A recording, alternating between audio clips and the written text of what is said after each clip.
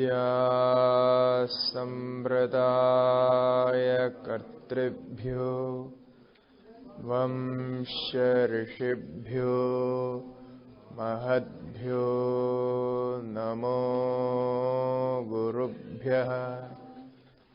सर्वोपप्लवरहितः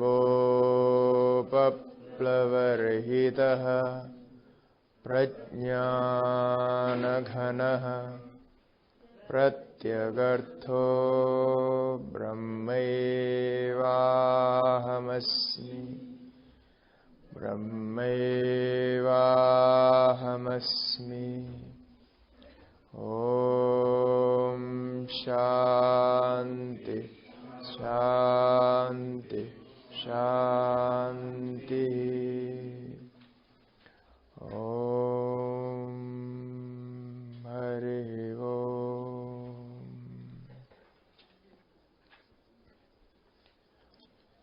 श्री सद्गुरु महाराज की जय। ओम नमो नारायणाय।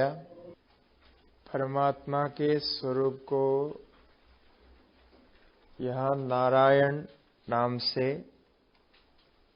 कहा गया है।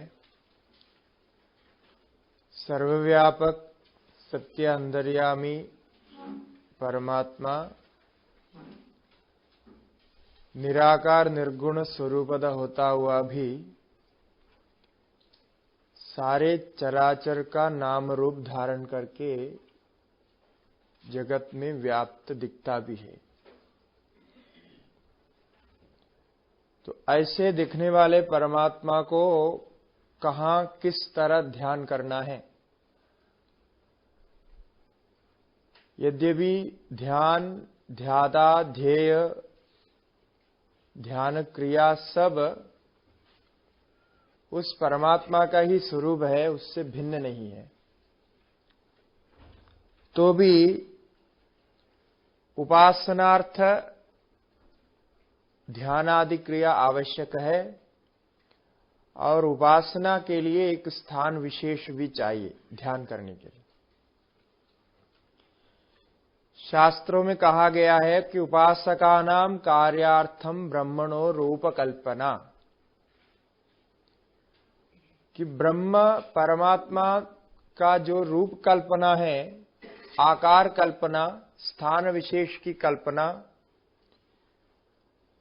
अथवा परमात्मा में जितने भी विशेषण जोड़ दिए हैं वो सारे उपासकानाम कार्यार्थम ब्रह्मणो रूप कल्पना, उपासकों की सिद्धि के लिए है, उपासकों के साध्य के लिए है।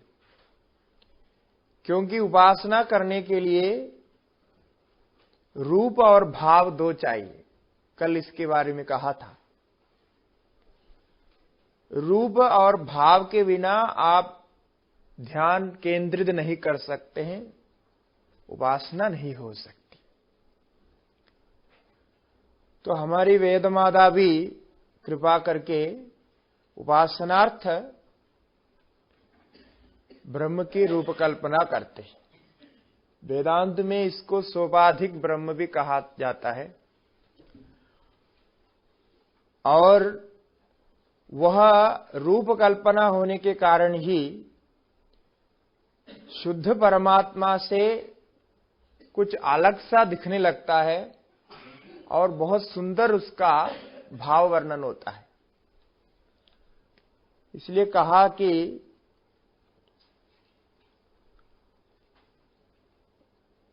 जो द्वैत है, ये भाव कल्पनाएं हैं, वह इस स्थिति में अद्वैत से भी सुंदर होता है। क्योंकि अद्वैत में कोई भाव कल्पना नहीं है, भाव रहित अवस्था में अद्वैत का ज्ञान होता है। तो भाव कल्पना द्वैत में है, इसलिए अद्वैत से भी सुंदर है, ऐसा कहा गया है। उपासनार्थम कल्पितम द्वैतम अद्वैतादपि सुंदरम, उपासना के लिए कल्पित जो द्वैत है वो अद्वैत से भी सुंदर दिखता है, ऐसा कहा। उपयोगी है ऐसा दिखता है। तो इस दृष्टि से यहां ध्यान करने की प्रक्रिया आरंभ हुई थी। तो कल कहा था कि जो सर्वव्यापक परमात्मा है उसको बाह्य विषयों में ध्यान करना मुश्किल होता है, क्योंकि बाह्य विषयों को हम अपने से अलग मानते हैं और बाह्य विषय स्वतंत्र नहीं होते, परतंत्र होते हैं। यदि हम बाह्य विषयों पर आश्रित उपासना प्रारंभ करेंगे तो हमारी उपासना भी परतंत्र हो जाएगी, सापेक्ष हो जाएगी। तो जब तक वो उपाधि उस स्थिति में हमारे सामने प्राप्त नहीं होगी तब तक हमारी उपासना नहीं हो पाएगी। इसलिए अपने अंदर ही जो हमारे साथ हमेशा रहे, ऐसे अपने अंदर ही उपासना करनी चाहिए, ध्यान करना चाहिए। अब ध्यान के लिए रूप और भाव चाहिए। तो रूप यहां बता दिया कि हृदय स्थान में ध्यान करें। हृदय स्थान कहां है कहा तो पद्मकोश प्रतीकाशम हृदयं चाप्य अधोमुखम अथो निष्ट्या विदस्यांते नाभ्याम उपरि तिष्ठति। कंठ के नीचे और नाभि के ऊपर एक एक विदस्ती मात्रा में, जैसा हाथ की मात्रा दिखाया था उतनी मात्रा के स्थान को लेकर के बीच का जो स्थान है, शरीर का धड़ का बीच का जो स्थान है, वहां एक पद्मकोश यानी कमल के फूल की कल्पना करें, और वो भी ज्वालमाला कुलंभादि विश्वस्यायतनम महत, वो भी चमकता हुआ कमल है। वो ऐसा चमक रहा है कि उसके चमक, उसका प्रकाश सर्वत्र व्याप्त हो रहा है,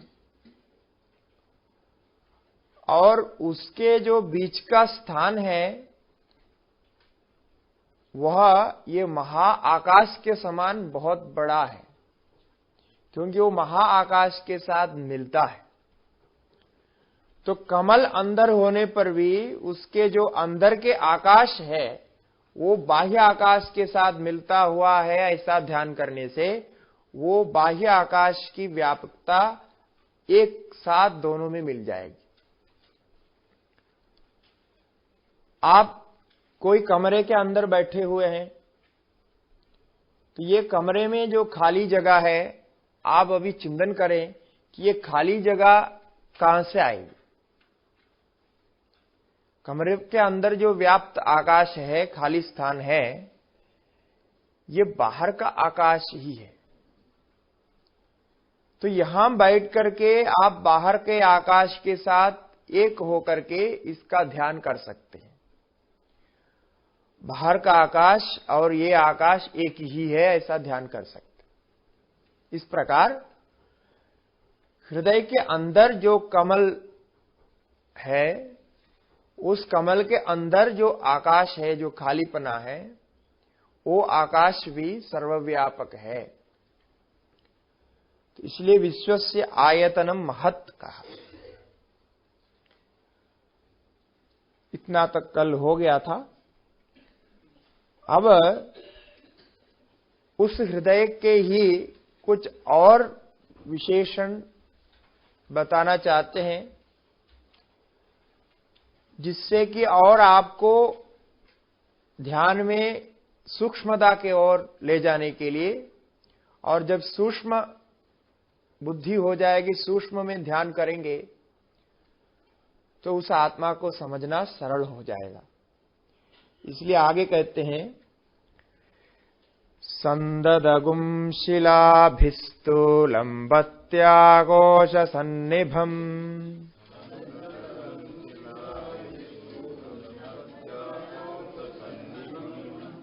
तस्यांते सुशिरगुम सूक्ष्मं तस्मिगुं सर्वं प्रतिष्ठितम्।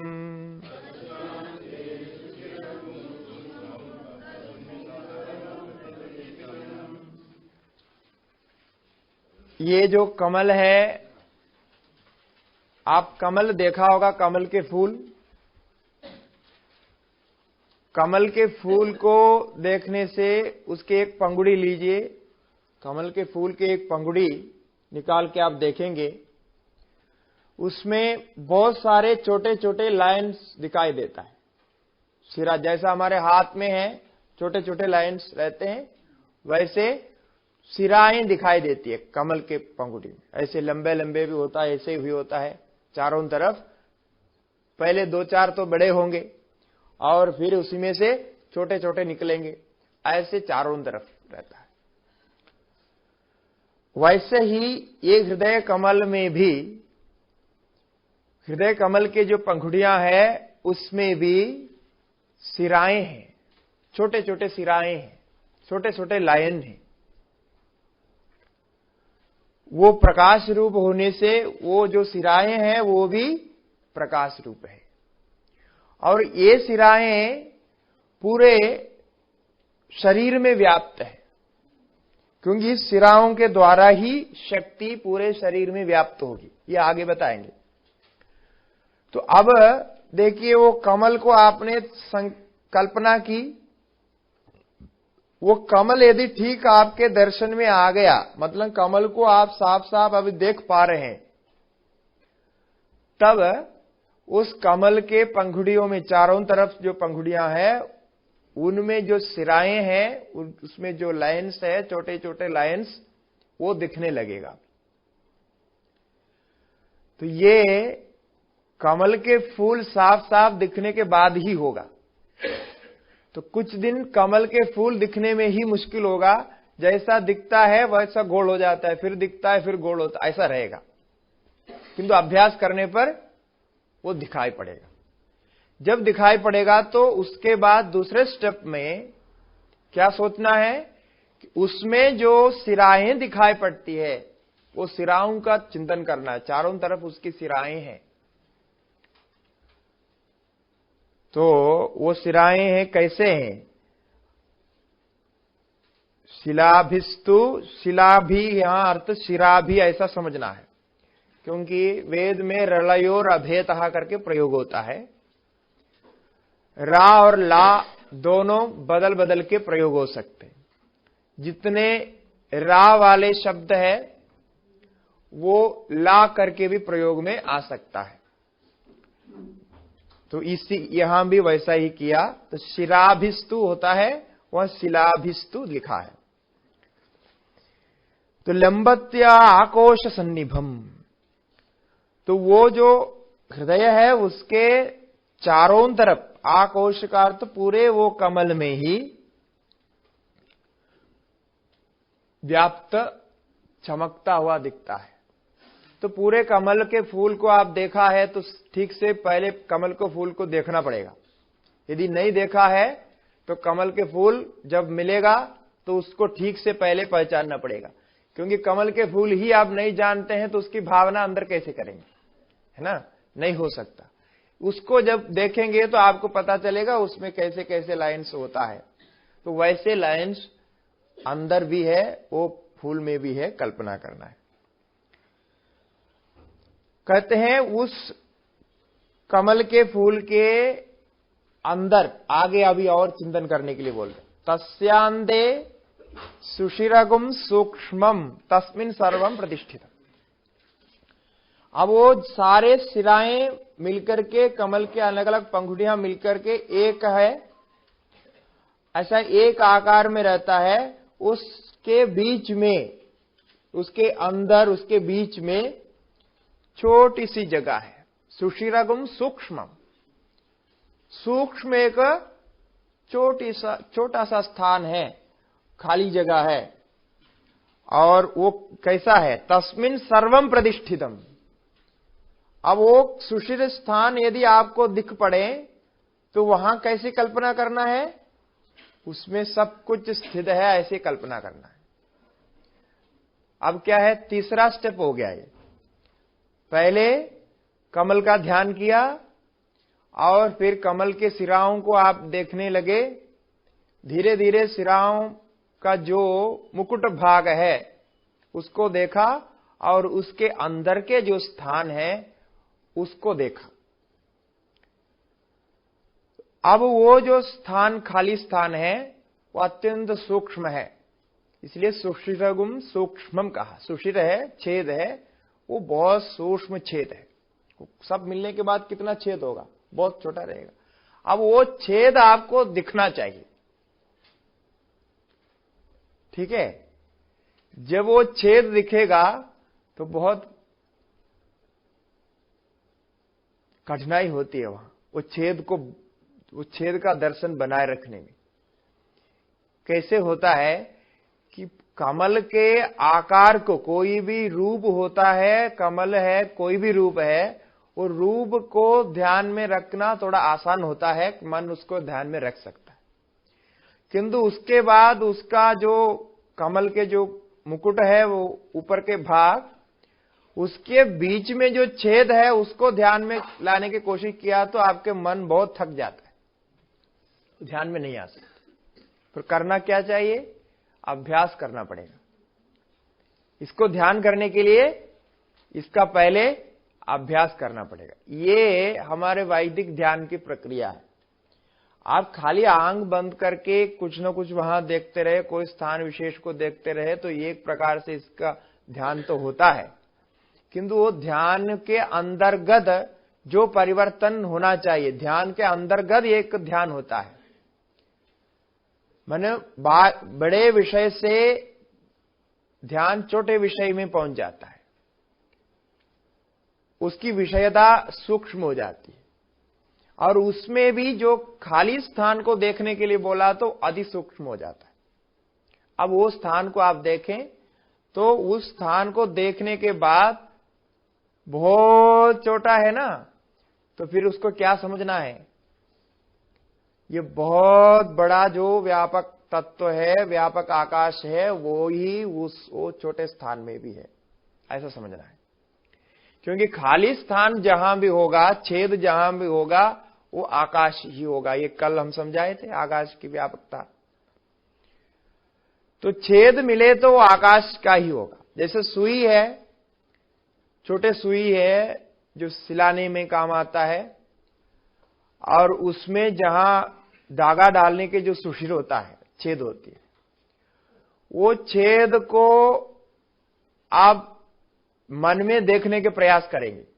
छेद को आंख से देखना भी मुश्किल होता है, जिसका आंख कमजोर है वो दिखाई नहीं पड़ता, तो उस छेद को आप मन से देखने का प्रयास करेंगे, मन में वो छेद को देखने का प्रयास करेंगे, तब वो सूक्ष्म होता है, ठीक है। इसमें इतना जब प्रयत्न करते हैं तो आपको एक बात बीच बीच में ध्यान रखना चाहिए कि आपकी जो प्राण गति है, श्वास और उच्छ्वास की गति, वो भी धीरे धीरे चलता रहना चाहिए, और उस गति को रोकना नहीं चाहिए और उसमें वेग बढ़ाना भी नहीं चाहिए, धीरे धीरे चलता रहना चाहिए। और कभी कभी क्या होता है, बहुत ज्यादा हम जब ध्यान देते हैं तो गति रुक जाती है, तो यहां रुकनी नहीं चाहिए। रुकने से फिर मन में तनाव होने लगता है, इसलिए रुकनी नहीं चाहिए, बहुत धीमी गति से वो चलते रहना चाहिए। तो सीधा बैठ करके करने से ये अभ्यास हो सकता है। तो जब इस सूक्ष्म स्थान को देखा आपने, वो छेद को देखा, पंगुड़ियों के मुकुट में जो छेद है उसको आपने जब दर्शन किया, तब आगे की प्रक्रिया फिर शुरू होती है, और उसमें और कुछ भी देखना है। तो अभी ये तीसरा स्टेप हो गया, और 14वें स्टेप में मतलब आगे और क्या देखना है उसमें, ये आपको कम से कम यदि निरंतर आप रोज अभ्यास कर सकते हैं तो पहले का जो कमल का दर्शन यदि ठीक से आपको हो गया तो ये जो दर्शन है ये 2-3 हफ्ते में हो सकता है। क्यों ऐसा मैं कह रहा हूं, जिसने ऐसा ध्यान करने का अभ्यास नहीं किया उसको मन समझेगा नहीं, छोड़ देगा, और जैसे ही आप कमल के बाद वो सिराओं को देखने के बाद और कुछ देखने के प्रयास करेगा, नींद आ जाएगी, नींद आ जाएगी। नींद आने पर क्या समझना है? कभी भी आप जप करते हुए, ध्यान करते हुए नींद आ जाती है तो क्या समझना है उससे? मन थक गया, मन को ये पसंद नहीं आ रहा है, मन इसको ले नहीं पा रहा। इसलिए मैंने कहा यदि नींद नहीं आना है तो प्राण की गति को बराबर बनाए रखनी चाहिए, नहीं तो नींद आ जाएगी। नींद आ गया तो फिर कभी आगे ध्यान नहीं करना, तुरंत ध्यान छोड़ देना चाहिए। ये है, जैसे पुस्तक पढ़ते पढ़ते आपको नींद आ गई, नींद आ गई तो पुस्तक बंद करके आप एक झपकी ले लीजिए, थोड़ी देर सो जाइए, फिर उसके बाद पढ़ना। कभी भी नींद करते हुए जबरदस्ती नहीं पढ़ना चाहिए, नहीं ध्यान करना चाहिए, नहीं जप करना चाहिए। ये गलत करते हैं साधक लोग। इसका बहुत फिजिकली भी इसका कारण है और साइकोलॉजिकली भी इसका कारण है। क्योंकि एक बार आपने नींद में रहते हुए ध्यान करते करते चले गए या जब करते करते चले गए तो मन उसको आदत बना लेगा और हमेशा कुछ समय आप बैठेंगे तुरंत नींद आ जाएगी। ऐसा हमने कई लोगों को देखा है। फिर उससे जिंदगी भर आप उससे बाहर नहीं आ पाएंगे, क्योंकि मन तुरंत उसको उसका व्यापार बना लेता है, उसका अभ्यास कर देता है। आप सोचेंगे मैं थका हूं इसलिए नींद आ रही है। थके होने पर नींद तो आती ही है, किंतु नहीं थके होने पर भी जब आप ध्यान करने बैठेंगे 2 मिनट में नींद आ जाएगी। इसलिए नींद जब भी आती है, कभी भी उस अवस्था में फिर कंटिन्यू नहीं करना है, तुरंत उसको छोड़ देना है। जब है तो जब को छोड़ देना है, थोड़ा अलग दूसरा कुछ काम करना है, विश्राम करना है, मन को बदलना है, फिर दोबारा कंटिन्यू करना है। नहीं तो वहीं जम जाएगा, वहां जाके अटक जाएंगे, फिर मन आगे नहीं बढ़ेगा। फिर कभी भी आप उस योग क्रिया को, उस ध्यान क्रिया को आगे नहीं बढ़ा पाएंगे, क्योंकि वहां वो स्टक हो जाएगा। अच्छा लगेगा क्योंकि वो रिलैक्स कर रहा है मन, अच्छा इसलिए रह रहा है, ध्यान के कारण अच्छा नहीं लग रहा है। बहुत जब किया नींद आ गई ना, नींद आ गया तो अच्छा लगता ही है, तो विश्राम होता है मन को। तो बाद में जब जगेगा हाँ अच्छा है, तो आप सोचेंगे हमको समाधि लग गई। ऐसे ही सोचते, कई लोग उसकी व्याख्या भी करते हैं, हमने सुना है कि वो बोलते हैं ये समाधि ही है। ऐसी कोई समाधि के बारे में कोई शास्त्रकार ने कहा नहीं, कोई शास्त्र में ऐसा लिखा नहीं ऐसी कोई समाधि होती है। ये मन थकने का लक्षण है, मन जब थक जाता है ऐसा हो जाता है। इसलिए प्राण गति को बराबर बनाए रखते हुए ये आप देखने का प्रयास करें। यदि थक जाते हैं तो आप नाराज होने की जरूरत नहीं, वो तो अपना मन है, अपना शरीर है। जब थक रहा है तो क्या करे, उसको विश्राम चाहिए, विश्राम दे देना है। विश्राम दे करके बाद में जब वो फिर करने के लिए मूड में आ जाएगा तभी करना है, तभी हो सकता है। इसलिए ये ध्यान रखना है, यहां ऐसा हो सकेगा। करते करते जब उस सूक्ष्म को देखने जाएगा तो एक क्षण में ही मन पूरा नींद को पकड़ लेगा। अभी सुनते सुनते हुए भी किसी को नींद आ रही होगी, है आ रहे नींद लग रही ना, हाँ ऐसा होता है। ये विषय ही ऐसा है कि जब आप सोचेंगे उसके बारे में तो वहां बुद्धि नहीं जाएगी और उसका वो ध्यान करने में उसको तकलीफ होगी, तो वो उस दर से हटेगा। शरीर को आप जबरदस्ती कहीं भी घुसा सकते हैं, किंतु मन को कहीं जबरदस्ती घुसाना आपके हाथ में नहीं है। मन जब चाहे तभी वो आगे बढ़ता है। मन को जबरदस्ती आप आगे धक्का नहीं दे सकते। ये एक साइकोलॉजिकल फैक्ट है। प्राण को भी आप धक्का दे सकते हैं। प्राणायाम करके आप कुंभ करके बहुत समय प्राण को पकड़ कर रखना चाहते, थोड़ा बहुत आप समय बढ़ा सकते हैं, पकड़ के रख सकते, सब कुछ हो सकता है। किंतु मन को इस प्रकार से धक्का देना आपके हाथ में नहीं है। मन जब चाहे तो ये अंदर जा सकता है। इसलिए मन को धीरे धीरे संयम करके, समझा बुझा करके, उसको शक्ति दिला दिला करके धीरे धीरे आगे बढ़ाना है, तब वो आगे बढ़ेगा। तब जाकर के ये सूक्ष्मता को जानेंगे। अच्छा, ये सूक्ष्मता को जानने से कैसा फायदा होगा, इसका फायदा आपको जरूर पता चलेगा। यदि ऐसे सूक्ष्मता को आप ध्यान में लाया तो आपके जीवन में आपके मन के जो व्यापार है बिल्कुल बदल जाएगा। वो ऐसे ऐसे चीजों पर ध्यान देना शुरू कर देगा कि आप पहले कभी ध्यान दिया नहीं है, ऐसी चीजों पर वो ध्यान देगा। हिप्नोटिज्म सीखने वाले को ये क्रिया होती है। जो इंद्रजाल सीखने जाते हैं, इंद्रजाल जादूगरी, जादूगरों को ट्रेनिंग देने का तरीका है, उसके लिए हमारे पास एक शास्त्र ग्रंथ भी है। उनको ऐसा ही ट्रेनिंग दिया जाता है। पहले बड़े बड़े विषयों पर ध्यान देंगे और ध्यान देकर के वो विषय को पहले पास में रखेंगे, फिर दूर में रखेंगे, फिर अलग अलग जगह रखेंगे और फिर उसको पीछे रखेंगे, फिर उस सिर को ऊपर रखेगा, कहां कहां रखेगा, और कहीं भी रखने पर वो चीज का कैसा रूप है उसको देखना है, उसको समझना है। और उसके बाद में वो विषय को छोटा करते जाएगा, छोटा करते जाएगा, छोटा करते जाएगा, वो उसको देखेंगे। वो इस प्रकार उसका अभ्यास होता है। तो माइंड में बहुत स्टेडीनेस आता है और सूक्ष्मता आती है। ये इसका फल है। अब उसके संबंध में आगे बताते हैं, जो कमल के मुकुल के ऊपर जो सुषिर स्थान है, इतने ध्यान होने के बाद तस्य मध्ये महानग्निर्विश्वार्चिर्विश्वतो मुखः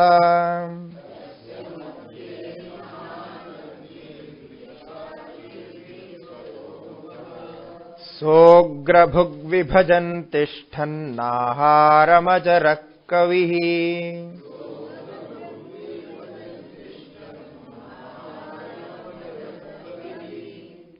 तिर्यगोर्ध्वमधश्यायीरश्मयस्तस्य सन्दता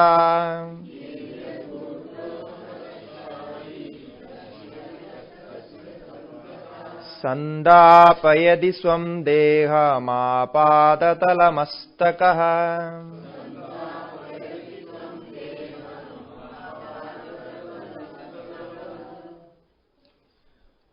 अब जो सुषिर, सूक्ष्म सुषिर है, उसके बीच में अभी उसका जो सूक्ष्म सुषिर है, उसका जिसका आपने अभी अभी चिंतन किया, उसके मध्य में, तस्य मध्य, ठीक है, महान अग्निर विश्वार्चि ही विश्वतो मुखः।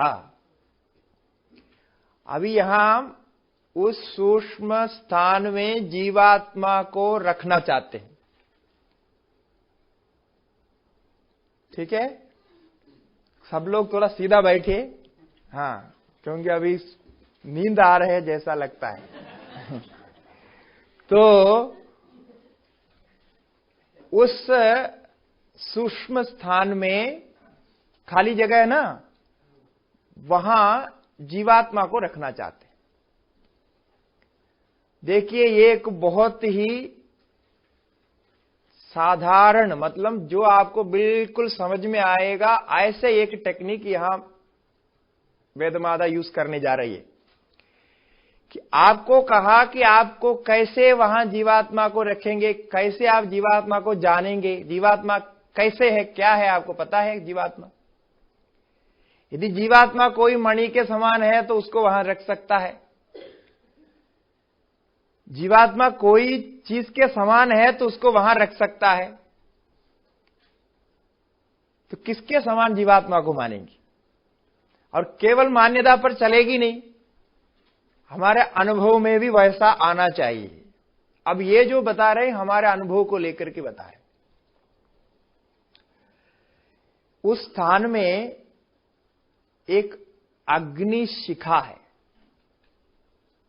एक आग की चिंगारी, जैसे एक आग की चिंगारी उस स्थान में है। वो आग की चिंगारी क्यों कहा? क्योंकि हमारे शरीर में अभी ताप है, उष्णता है, शरीर गर्म है। जब तक शरीर गर्म रहता है तब तक हम कहते हैं जीवात्मा शरीर में है, आत्मा शरीर में है।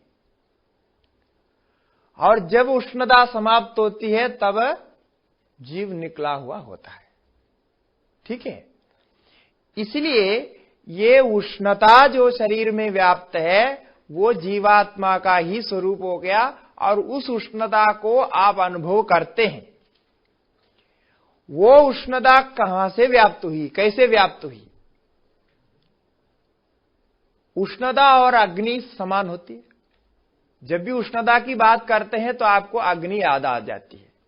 इसलिए वो जो स्थान है वहां एक दीप शिखा के समान उष्णता के जो पुंज अग्नि के रूप में आके, वो पुंज के रूप में जीवात्मा को ध्यान करना है। और वो जीवात्मा किसका अंश है? जिसको पहले बताया था, सहस्र शीर्षम देवम विश्वाक्षम विश्वशंभुवम से जिसको बताया था, उसी की ही उष्णता है, वो ही अग्नि है वो। ठीक है, इसलिए बोला तस्य मध्ये महान अग्निहिर विश्वार्चिर विश्वतो मुखः। और वो दीप शिखा वहां जल रही है, इसलिए उसके प्रकाश और उष्णता आपके पूरे शरीर में व्याप्त हो रहे हैं। ऐसे ध्यान करना, यह बिल्कुल संभव है।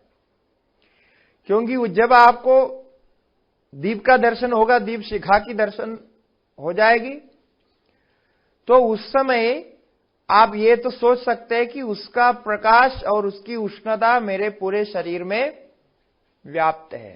तो जहां भी वो उष्णता है उस शरीर के कारण है, इसलिए उसको विश्वार्चिर विश्वतो मुखः कहा। यहां तो महान अग्नि शब्द का प्रयोग किया, वो इसलिए प्रयोग किया कि वो जो व्यापक तत्व है उसी का ही ये रूप है, क्योंकि जीव उस तत्व से भिन्न नहीं है, इसको दिखाने के लिए। किंतु ध्यान में हमें अभी छोटे से ही दिया के स्थान के उससे भी छोटा जब प्रकाश का जो किरण होता है उस रूप में उसको ध्यान करना है।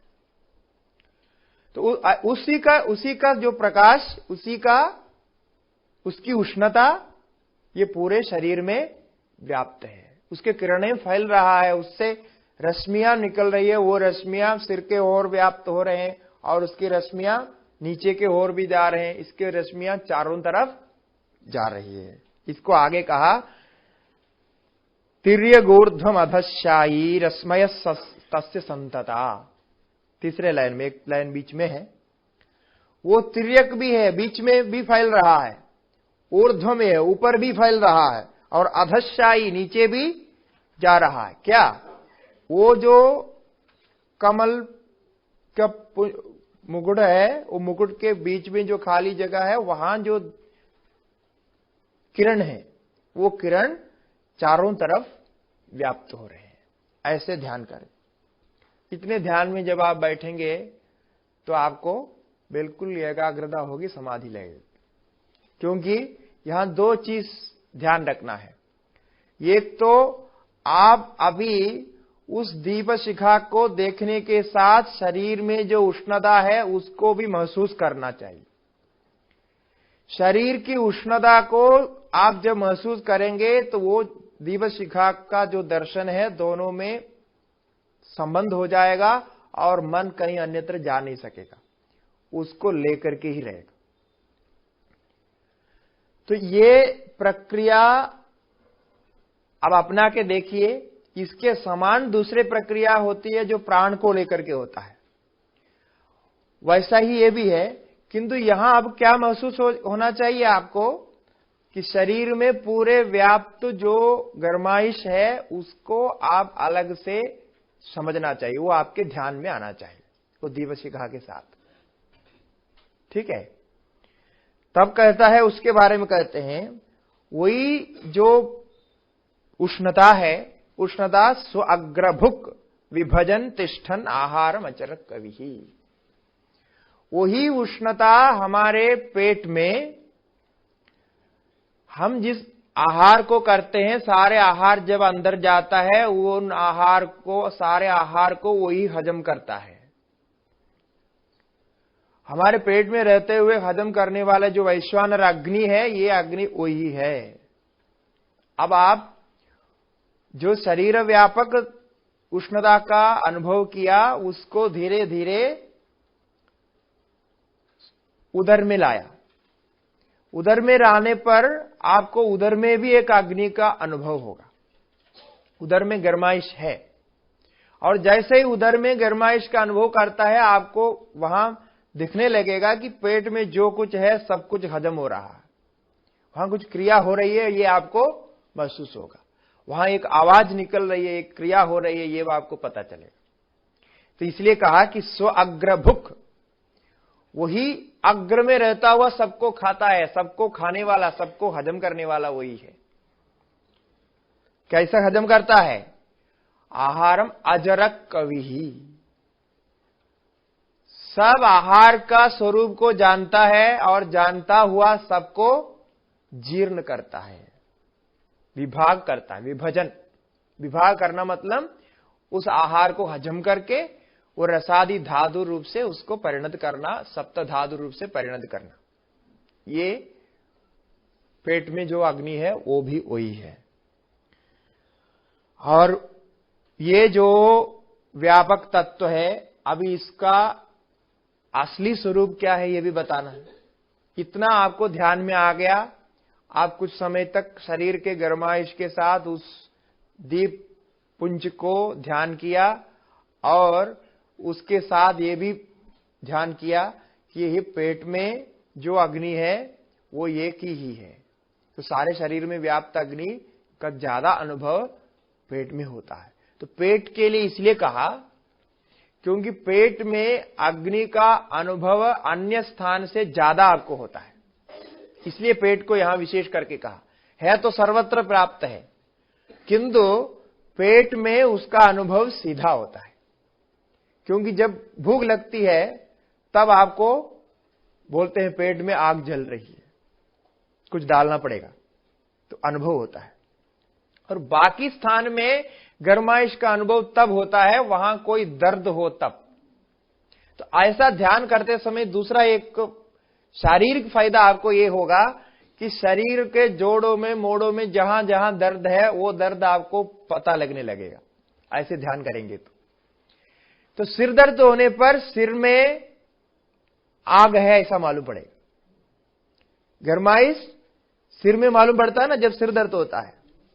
हाथ दर्द होता है तो हाथ में गर्माइश मालूम पड़ता है। जहां दर्द होगा वहां विशेष रूप से उस स्थिति में मालूम पड़ता है, किंतु सामान्य रूप से गर्माइश का अनुभव ज्यादा पेट में होता है, इसलिए इन्होंने पेट का दृष्टांत यहां दिया है। तो सर्वव्यापक रूप से इसमें पेट का दृष्टांत देने का मतलब वो अग्नि के स्वरूप को निश्चय करके समझने के लिए है, किंतु ध्यान आपको करना है पूरे शरीर में व्याप्त उस तत्व का।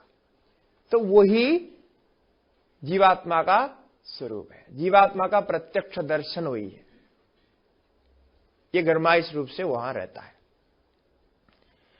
तो कहते हैं वो जो गर्माइश रूप से सर्वत्र आपके शरीर में व्याप्त जीवात्मा है, ये अजर है, अमर है, अपरिणामी है, ये नित्य है, ये मरता नहीं है, क्योंकि ये इधर से निकल के दूसरे शरीर में चला जाता है। ये प्राण के साथ अभी इधर है, जैसा ही प्राण निकलेगा ये निकल जाता है, इसलिए वो अजर है कहा, इसकी जरा नहीं होती। और कवि ही, वो सब कुछ जानने वाला ही है। आप अपने शरीर के बारे में भी स्वयं नहीं जानते हैं, फिर वो सब कुछ जानने वाला कैसे हो गया? बोला कि यदि इस प्रकार जीवात्मा का ध्यान आप करेंगे तो आप शरीर का पूरा ज्ञान रखने वाला हो जाएंगे। ये तो पतंजलि योग दर्शन में इसके बारे में कहा है। कंठकूप में संयम करने पर सारे रोगों का ज्ञान हो जाता है, ऐसा उन्होंने वहां कहा। वो कंठकूप है यहां स्थान, जो अभी स्थान बताया वही है। उस स्थान में जो गर्माइश है उसका यदि ध्यान करेंगे तो अभी अभी हमने बताया कि आपको जोड़ों में इधर उधर जो दर्द है सब मालूम पड़ेगा, इसका अनुभव हो जाएगा। पूरा वो शरीर को जानने वाला होता है, अंदर बाहर से जानेगा, क्योंकि अभी आप जिस पर ध्यान देते आए हैं वो शरीर के चमड़े के ऊपर अथवा शरीर के जहां दर्द होता है, भयंकर चोट लगता है, वहीं ध्यान करके आए हैं। आपने कभी प्राण पर ध्यान नहीं किया, कभी इस उष्णता पर ध्यान नहीं किया। यदि ये प्राण पर या उष्णता पर यदि ध्यान देंगे तो आपको एक सिद्धि प्राप्त हो जाएगी। क्या सिद्धि है? आप अपने रोगों को पहचानने लगेंगे कि मेरे ऐसे अवयव पर कुछ गड़बड़ी है। वहां वो गर्माइश ही पता चलाएगा और वो प्राण वहां नहीं जा रहा है, उसमें कमी है पता चलाएगा। यदि आपको पेट में कोई प्रॉब्लम है, भूख नहीं लगती है, तो इस प्रकार बैठ करके कुछ समय ध्यान करेंगे, उपवास करता हुआ पेट की अग्नि के ध्यान करेंगे तो पेट बीमारी ठीक हो जाए। ऐसे ऐसे कहा है। तो इसलिए यहां कवि कहा वो परमात्मा का ही स्वरूप होने से सब कुछ जानने वाला है, किंतु यहां शरीर में व्याप्त होकर बैठा हुआ है, वो भी सब कुछ जानता है, किंतु उसको जानने के मौका आपने नहीं दिया। उसकी जानकारी को आप पहचाने नहीं। वो जानता है किंतु उसकी जानकारी आप लेना नहीं चाहते, ऐसा हो गया। इसलिए अभी उसके जानकारी लेने पर वो कवि है, इसलिए उन्होंने कवि करके कहा। फिर तिर्यगूर्ध्व अधशाई रश्मय तस्य संददा, ये पूर्व के साथ संबंध अभी मैं बताया। उसका अर्थ संददा मन सर्वत्र व्याप्त है, चारों तरफ नित्य व्याप्त है, क्योंकि शरीर की उष्णता आपके जन्म से लेकर के मृत्यु तक बनी रहती है। वो उष्णता से ही शरीर में सारे क्रियाएं होती है। और ये उष्णता कहां से प्रोड्यूस होता है, ये कहां से उत्पन्न होता है? हृदय से उत्पन्न होता है। इसलिए अभी हमने जो ध्यान किया वो हृदय के साथ संबंध करके किया। ये बात भी इसमें ध्यान देने योग्य है कि हृदय में ही, हृदय के जो धड़कन है, वो धड़कन से ही ये उष्णता बैलेंस रहती है, उसका स्थान हुई है। इसलिए जब आप ज्यादा थक जाते हैं तो आपके हृदय में हाथ रखे देखिए, हृदय ज्यादा गर्म होगा। जब हृदय ज्यादा गर्म होता है तो आपके शरीर थक जाते हैं। हृदय के गर्माइश, शरीर के गर्माइश बराबर रहना चाहिए। उसमें भी पैर सबसे ज्यादा गर्म रहना चाहिए, सिर सबसे ज्यादा ठंडा भी रहना चाहिए, क्योंकि वही उस नाड़ियों की गति है। यदि कभी सिर ज्यादा गर्म होता है, पैर ज्यादा ठंडा हो जाता है, समझना आपके स्वास्थ्य खराब है, हृदय की गति में बदलाव आएगी। तो ये हृदय स्थान ही इस उष्णता को प्रोड्यूस करता है, उत्पन्न करता है। इसलिए वेद ने उसको आधार लेकर के वहीं हृदय के रूप में ध्यान करने को कहा, वहीं उस अग्नि को ध्यान करने को कहा, वहीं जीवात्मा को बिठाने के लिए कहा। सब कुछ वहीं है।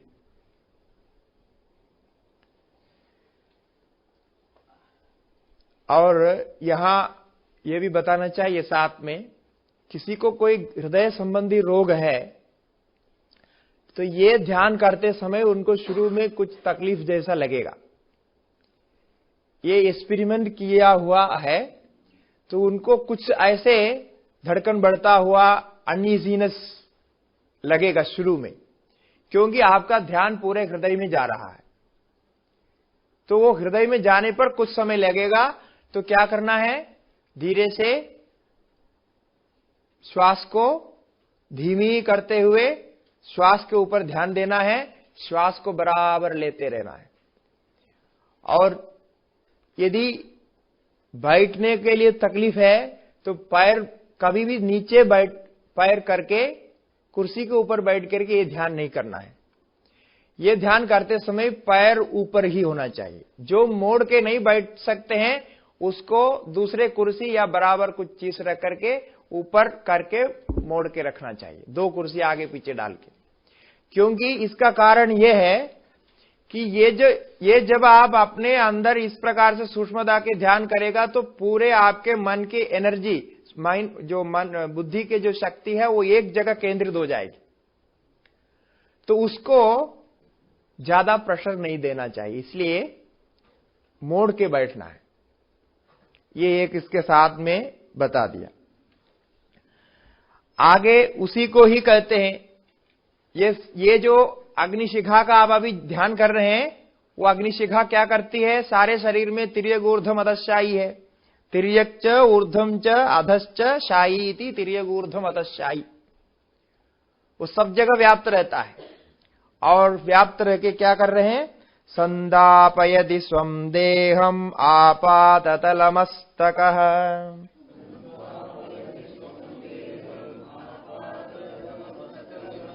तस्य मध्ये वह्निशिखा अणुयोर्ध्वा व्यवस्थितः।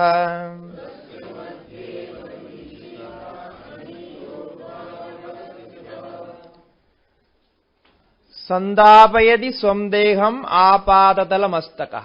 इसका अर्थ सरल है कि वो जो अग्निशिखा है वो उष्णता है, स्वम देहम पूरे शरीर को, आपादतल मस्तकम पाद से लेकर के पैर के अंगूठा के वहां से लेकर के शिखा तक, आपादतल मस्तकः स्वम देहम संदापयति। आपाद तलमस्तक व्याप्त होता हुआ वो शरीर को तापन करता है, गर्म करता है। ये हो गया चतुर्थ स्टेप हो गया जो अभी हमने बोला है, वो ध्यान के क्रम में चतुर्थ स्थिति में आ गया है। ठीक है, अभी पूरा नहीं हुआ है और पांचवा है, आगे बता रहे हैं। तस्य मध्ये वह्निशिखा अणियोर्ध्वा व्यवस्थितः। वो जो अग्निशिखा का अभी आपने ध्यान किया, वो अग्नि जो किरण जिसका ध्यान किया, उसकी शिखा, शिखा माने उसके सबसे ऊपर के भाग, वो अणियोर्ध्वा व्यवस्थितः, बहुत छोटा है, बहुत अल्प है, ऐसा स्थित है, ऐसा देखना है। ठीक है, तो वो इसलिए है कि आपको किसी चीज की व्यापकता को देखना है, जानना है, बुद्धि में लाना है, तो आपको बुद्धि को सूक्ष्मता का ज्ञान का अभ्यास चाहिए। ये अभ्यास इसलिए किसी से करना है क्योंकि योग सूत्र में त्रयम एकत्र संयम ऐसा एक सूत्र आता है, तृतीय पाद के विभूति पाद में आता है ये सूत्र, तृतीय सूत्र है ये। त्रयम एकत्र संयम, वहां क्या कहा कि धारणा, ध्यान और समाधि तीनों को मिला करके संयम नाम से कहा। ये संयम को जो निरंतर अभ्यास करेगा, मतलब धारणा, ध्यान, समाधि को अभ्यास करेगा। धारणा, ध्यान, समाधि तो जानते हैं, हाँ, तो बहुत विषयों से एक विषय में मन को लाने को धारणा कहते हैं। तत्र प्रत्येकतानता ध्यानम, और उसको निरंतर आवृत्ति करने को ध्यान कहते हैं। और बाद में वो विषय स्वयं विलीन सा हो जाए, स्वरूप शून्यमिव समाधि, ऐसा सूत्र आता है। वो वस्तु जिसका ध्यान आप करते हैं वो अभी नहीं दिख रहा है, उस स्थिति में भी ध्यान हो रहा है। नहीं दिखते समय नींद आ गई ऐसा नहीं समझना, हाँ ऐसा भी होता है, नहीं दिखता मतलब अभी पहले वाले जो नींद के बोलते वो आ जाती है, वो ऐसा नहीं, ध्यान में है किंतु वो विषय नहीं दिख रहा है। ये तीन हो गया, एक तो वस्तु को लाके केंद्रित करना, दूसरे उस वस्तु का ध्यान की निरंतर आवृत्ति एकतानता ध्यानम, फिर उसके बाद वस्तु शून्यमिव समाधि। ये तीनों बदलता रहता है, पहले एक आएगा, फिर कुछ समय वो चलेगा, फिर एक क्षण के लिए आप वस्तु शून्य हो जाएंगे, फिर आपको विषय को लाना पड़ेगा, फिर वो निरंतर आवृत्ति चलेगा। इसका जो चाकरी का रूप से ये घूमता ही रहेगा, धारणा ध्यान समाधि, धारणा ध्यान समाधि, धारणा ध्यान समाधि, ये मन में यही चलता रहेगा। इसको जब कई साल तक अभ्यास करेंगे तो वो सूक्ष्म तत्व को समझने की बुद्धि में अभ्यास आ जाएगा, तब आप कोई भी व्यापक चीज को समझ सकते हैं। और वहां जितने भी विभूतियां, सिद्धियां बताई है, वो सब इस मन के द्वारा होने वाली सिद्धियां हैं। ये इस प्रकार मन को जब तैयार करते हैं, अभी अभी हमने जादूगरी की बात की, तो जादूगर के लिए भी यही होता है, कंसंट्रेशन बहुत जरूरी है उनको, तो कंसंट्रेशन के लिए वो अभ्यास कराते हैं। ये अभ्यास होने पर यहां हो जाता है। वही यहां भी ले लिया, जो दीप शिखा को हम देख रहे हैं उसके मध्य में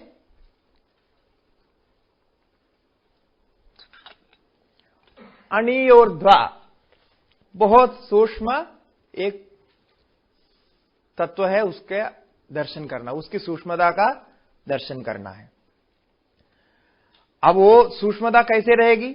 अब देखिए ये कैसे बोल रहा है। अब वो दीव शिखा है ना, दीव शिखा के ऊपर, दीव शिखा कैसे रहती है?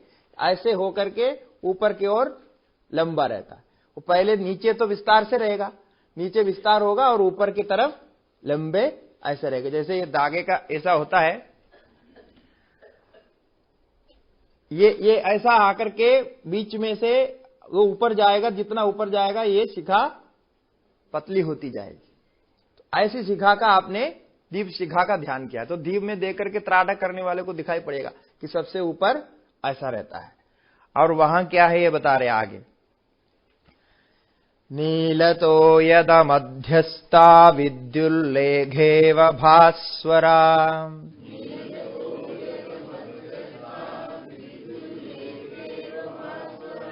नीवारशुगवत्तन्वी पीदा भास्वत्यनूपमा।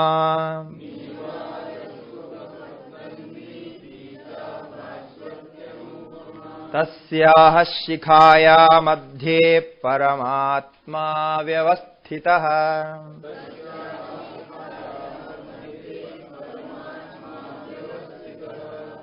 अब ये जो दिव्य शिखा के ऊपर जो शिखा के सूक्ष्म अणियोर्ध्व भाग है, ऊर्ध्व मन ऊपर की तरफ और अणीय मन अत्यंत सूक्ष्म जो भाग है, वहां नीलतोयद मध्यस्था विद्युल्लेघेव भास्वरा, वहां क्या सोचना चाहिए कि बादलों के बीच में जब बिजली चमकती है, विद्युत चमकता है, तो कितना चमकता है, कैसे चमकता है, आप उसको देखते ही वो चले जाता है। तो नीलतोयद मन घने बादल, तोयद मन तोयम ददादीदी तोयदः, तोयद मन बादल होता है जो घने बादल है, जो वर्षा देने वाला, उसी में ही तो बिजली चमकेगी। तो ऐसे नीलतोयद मध्यस्था, नीलतोयद के बीच में विद्युल्लेघेव भास्वरा, विद्युत जैसे चमकता है वैसे चमकने को, इसी को ऊपर ध्यान करना। जो दिव्य शिखा का आपके दर्शन किया उसके ऊपर इस प्रकार के चमक, मतलब वो बोलने के लिए भी नहीं रुकता, देखने के लिए भी नहीं रुकता, ऐसे एक चमक का प्रतिभान वहां होगा। इसका मतलब लगभग यहां मन ऑफ हो चुका है, मन का सारे काम, सारी वृत्तियां बंद हो चुकी है।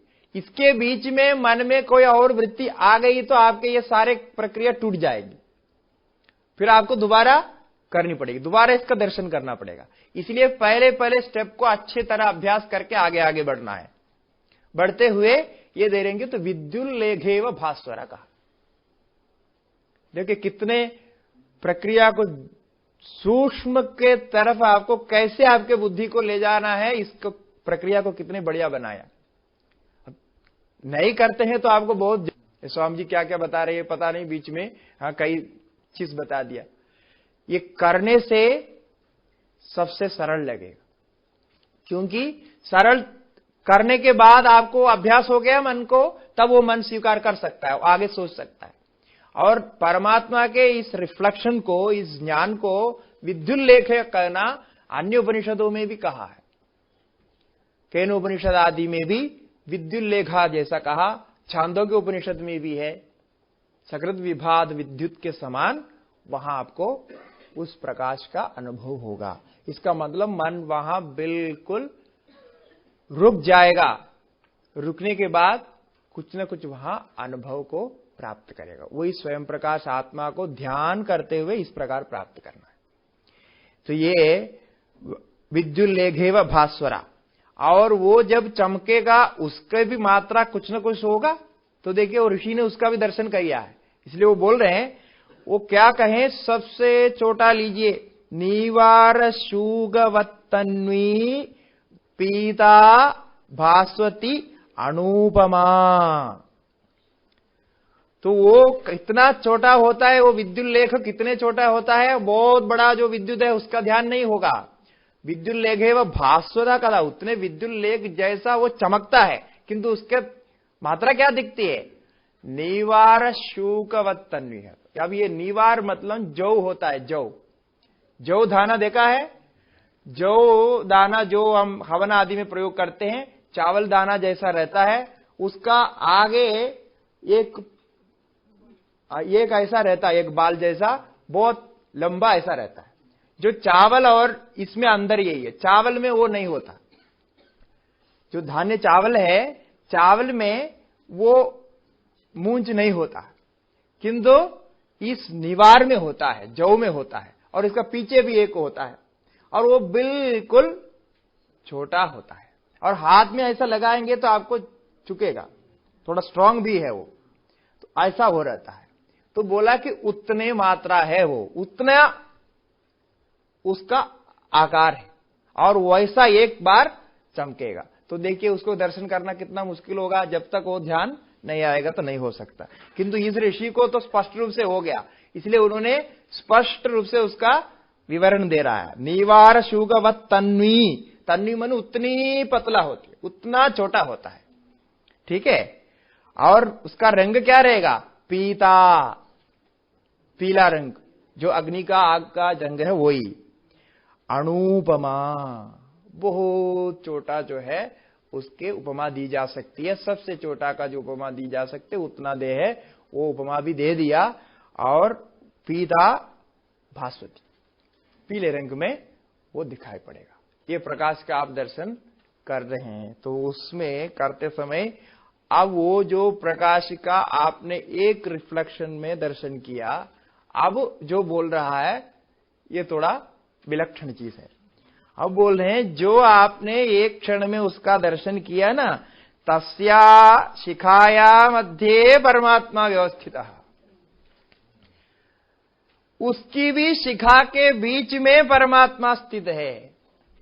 अब आपको कुछ दिखाई नहीं पड़ेगा, अब आपको कुछ भी दिखाई नहीं पड़ेगा, क्योंकि इतना छोटा कर दिया, देखने के जितने योग्य थे, उपमा जितने दी जा सकती थी सारे कुछ दे दिया, और देखने योग्य को आपने देख लिया। अब कहता है तस्याया शिखाया मध्य परमात्मा व्यवस्थित, अब उसके बीच में परमात्मा है। सोचिए तो बिल्कुल खाली हो जाएंगे, कुछ भी वहां दिखाई नहीं पड़ेगा। तो इतने सूक्ष्म बुद्धि को ले जाने के बाद वो परमात्मा का दर्शन हो सकता है। वो परमात्मा का दर्शन इस प्रकार आपने जब अनुभव किया, तो उस परमात्मा को यहां भी अनुभव कर सकता है, इसमें भी अनुभव कर सकता है, इसमें भी आप देख सकते हैं, सभी में उसको देख सकते हैं। इसी प्रकार की प्रक्रिया श्वेताश्वेतर उपनिषद में भी है। वहां बाल का दृष्टांत दिया है। कल हम बाल के बारे में बात कर रहे थे, तो वो श्लोक वहां याद आया कि बालाग्र शतभागस्य शतदा कल्पितस्य च भागो जीवस्य विज्ञेयः सच आनंत्याय कल्पते। बिल्कुल इसी बात को दूसरे ढंग से बोल रहे कि एक बाल लेना, सिर का बाल, ठीक है, सिर का बाल कितना छोटा होता है सब जानते हैं। सिर का बाल लेके उसको 100 टुकड़ा करना, 100 मतलब ऐसा टुकड़ा नहीं, फाड़ना, उसको 100 टुकड़े में फाड़ना है। एक सिर के बाल को 100 टुकड़े में फाड़ेंगे, ठीक है। शतधा कल्पितस्य च भागो, उसका एक टुकड़ा जो बचेगा, सजीवः सविज्ञेयः, वही जीव का स्वरूप है। देखिए यहां जो बता रहे हैं बिल्कुल वही चीज है। और उतना छोटा होने पर वो बहुत छोटा है ऐसा नहीं, स आनंद्याय कल्पते, वही चीज आप आनंद में भी देख सकते हैं। इसलिए अभी हमने कहा कि जब आप इस प्रकार ध्यान करके इस शिखा के ऊपर जो परमात्मा का जो प्रतिभान है उसका जब आप अनुभव करेंगे, यहां आपको दर्शन नहीं होगा, आपका ध्यान समाप्त हो गया, अभी वहां समाधि लग गई, आपको वहां अनुभव होगा। वो जो अनुभव होगा, वो अनुभव के बाद आप सभी में उसको देख सकेंगे, इसीलिए उसको आनंद्याय कल्पते कहा। तो ये बहुत सुंदर विश्लेषण इस नारायण सूक्त की एक विशेषता है पुरुष सूक्त और नारायण सूक्त में अंदर इतना ही है। पुरुष सूक्त में जो विषय को व्याख्या किया वही नारायण सूक्त में शुरू में व्याख्या किया, वैसा ही प्रकार से सहस्र शीर्षा पुरुषा जो कहा वैसा ही। किंतु बाद में ये जो ध्यान प्रक्रिया बताई ये इसका अपनी विशेषता है और बिल्कुल वो क्रम से स्पष्ट रूप से बता दिया। इसको चिंतन करना है, कितने स्टेप में है, कैसे कैसे है, चिंतन करके आप देखिए। आप लोग ध्यान करने का अभ्यस्त है तो जहां तक कर सकते करिए। फिर कल दोबारा एक बार इसका पुनः हम अभ्यास करेंगे। और ये वैदिक ध्यान है। अब अनेक प्रकार के ध्यान की प्रक्रिया आप अपनाते हैं, तो ये भी एक ध्यान है। इसमें सरल दो चीजें हैं एक ध्यान रखने का। एक तो हृदय के आकार आप आराम से ध्यान कर सकते, दूसरा इस शरीर में पूरे व्याप्त अग्नि का, ये भी दोनों आपके अनुभव में आ जाएगा। ये दोनों का अनुभव में लेते हुए उस अग्नि के शिखा और बाद में निवार के समान के जो विद्युत लेखा और विद्युत लेखा के ऊपर जो परमात्मा की स्थिति, इसको आप विशेष करके ध्यान करेंगे।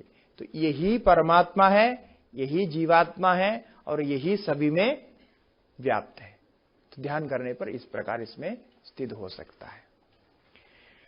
तो बाकी इसका 2 मंत्र और बचा हुआ है और आगे जो 2 मंत्र है, बड़ा बड़ा मंत्र 2 है इसमें, ये वास्तव में नारायण सूक्त का नहीं है, वो विष्णु सूक्त का है। विष्णोर्नुगम वीर्याणि प्रवोचम यः पार्थिवानि विमेरजांसि, ये जो भाग है ये विष्णु सूक्त का है, किंतु इसके साथ मिला के पढ़ते हैं। और इस प्रकार ध्यान करने के बाद भगवान को कैसे नमस्कार करना है, किस भाव में नमस्कार करना है, इस ध्यान का समर्पण कैसे करना है, ये बताएंगे आगे 2 श्लोकों में। तो बहुत सुंदर प्रक्रिया इसमें बता दी, क्योंकि ये एक साथ जुड़ा है इसलिए हमने उसको एक साथ मिला करके बता दिया। अब आपको जा करके इसको पहले एक एक पॉइंट लिखना है, लिख करके फिर अभ्यास करना है, तब अभ्यास करने के बाद समझ में आएगा। और आगे जब भी पूजा करते हैं, मेरा ये अनुरोध है कि पिछले बार भी मैंने ऐसा अनुरोध रखा था कि पूजा करने के बैठने के पहले, अभी कई लोग बता रहे थे आप बता करके चले गए तो, किंतु हमारे याद में कुछ आया नहीं। वो आएगा नहीं जब तक आप उसको पुनः विचार नहीं करेंगे। तो इसीलिए हर एक समय आप पूजा करते हैं, ये जो विष्णु सूक्त क्या नारायण सूक्त और पुरुष सूक्त से पूजा करते हैं, तो पूजा के पहले अभी शेड्यूल में एक ऐसा भी बना दीजिए, कम से कम 20 मिनट पुरुष सूक्त में जो अर्थ बताया वो शब्दार्थ लेना जरूरत नहीं, उसका सारांश कोई बताएगा, जो पूजा में जो आएगा उनमें से कोई एक उसको कहते जाएगा और दूसरा आराम से बैठ करके उसको सुन के ध्यान करेगा। इसके बाद नारायण सूक्त में ये जो प्रक्रिया है उसको भी कोई कहेगा और उसको बैठ करके पूरा ध्यान करेगा। ऐसा 20, 25, 30 मिनट ध्यान करने के बाद आप पूजा करना प्रारंभ करना, तब देखना पूजा में कैसे फर्क होता है, कैसे आपके मन में ये शक्ति आती है। ये तो आप कर ही सकते हैं, इसमें कोई मुश्किल नहीं है। आधा घंटा और बढ़ाते हुए पहले ये अर्थ का विचार करें। अर्थ को आपने गुजराती में आप लिख करके बनाइए या कैसे भी उसको बनाइए, सारांश को कैसे कैसे क्रम से कैसे कैसे उसका अर्थ समझे, बना करके तब ध्यान करके भगवान के जो उनके जो स्थिति है, भगवान के अनुभव को अपने अंदर महसूस करते हुए और उनके प्रशंस को आदर देते हुए तब आप पूजा करिए। तो वो पूजा असली पूजा हो जाएगी और आप उसी पूजा से ही समाधिस्थ हो जाएंगे, मोक्ष को प्राप्त करेंगे। और फिर कभी ऐसा भी हो सकता है यदि असली में स्थित हो गया तो पूजा करना बंद हो जाएगी, तो डरना नहीं। यदि पूजा करने का मन नहीं आया तो भी डरना नहीं, बाद में प्रसाद खा के चले जाना। इससे गुरुजी भी नाराज नहीं होंगे, कोई हमारे ऋषि भी नाराज नहीं होंगे, कोई नाराज नहीं होंगे, क्योंकि इसी के लिए हम कर रहे हैं। पूरे जिंदगी भर जो पूजा हम कर रहे हैं इसी के लिए कर रहे हैं। यदि उसी में स्थित हो गया, हमने पूजा नहीं की, कैंसिल हो गया, ऐसा उसमें दुखी होने की जरूरत नहीं है। हमने भी सब अपने जीवन में बचपन में बहुत पूजा की है, बहुत हम पूरे छोटे उम्र से ही इसमें भगवान की कृपा से अपने पारिवारिक जो भी स्थिति थे उसी के कारण हम इसमें आ गए थे। तो बहुत पूजा की है और सारे पूजा करने के बाद ही हमको ये समझ में आया इससे ऊपर कुछ है। तो उसके ढूंढ में ही हम भगवान की कृपा से हिमालय पहुंच गए थे। अभी इसलिए कह रहे, इसलिए मैं पक्का कह सकता हूं, प्रामाणिकता के साथ ही कह सकता हूं, यदि आपको ऐसा करते हुए पूजा बंद हो जाए तो आप उसमें कुछ कमी नहीं समझना। उसमें भगवान के और गुरु जी के सबके आशीर्वाद रहेंगे, क्योंकि वो उसी के लिए ही बनाया हुआ है, वो हमेशा वो करते रहने के लिए नहीं। इसलिए अर्थ ज्ञान होने से बहुत फायदा होता है। ये आगे आप ऐसा विचार करते हुए इसको अपने पूजा के साथ मिलाइए। अब जब करने के मौका आ गया तभी कर सकते हैं। अब सब लोग अपने अकेला घर में बैठ के करेंगे तो किसी का होगा नहीं। जब सम्मेलन होगा तो एक बताएगा, दूसरा सुनेगा, दूसरे बार दूसरा बताएगा, दूसरा सुनेगा, तो ये बढ़िया हो जाएगा। पुस्तक में लिख करके पढ़िए या स्वयं चिंतन करके पढ़िए। हाँ, ये सबसे अच्छा है। तो कल फिर इसका विचार करेंगे।